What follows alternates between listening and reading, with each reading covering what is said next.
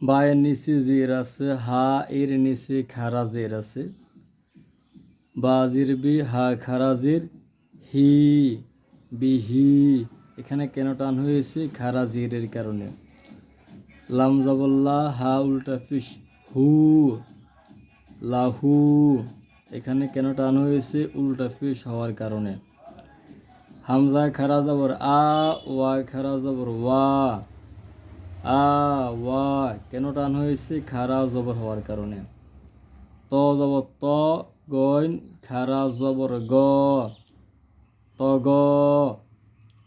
জাল খারা জবর জা, লাম জিল্লি কাপ জবর কা, জালিকা। জাল কেন টান হয়েছে? খারা জবর হওয়ার কারণে। হামজা হা জবর আহ, ওয়া খারা জবর ওয়া, আহ ওয়া। তার ও জবর তার, দত খারা জবর দ, তার দ। কেন টান হয়েছে? খারা জবর হওয়ার কারণে টান হয়েছে। হামজা গইন জবর আও, নুন খারা জবর না, আও না। এখানে দেখেন হরফটাকে, এটা হচ্ছে ইয়া, তারপরে আছে খ। এই দিয়ে এক দাঁত, এক দাঁতের নিচে দুই নক্তা আছে, এই কারণে ইয়া হচ্ছে, এটা হচ্ছে একটা ফেসানু শব্দ লেখা হয়েছে। ইয়া খ জবর ইয়াখ, শিন খারা জবর শা, ইয়াখ শা।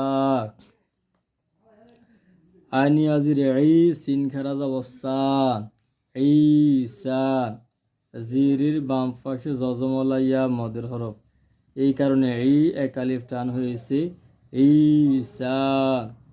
মিম ওয়াফিস মু, সিন খারা জবর সা, মুসা। কেন টান হয়েছে? ফিশের বাম পাশে জজমলা ওয়াও মদের হরফ, এই কারণে টান হয়েছে, মুসা। হামজা ওয়া জবর আও, হা খারা জবর হা, আও হা। ইয়া তাফিস ইউথ, লাম খারা জবর লা, ইউথ লা। ওয়া সাফিস ওস, কফ খারা জবর ক, ওস ক।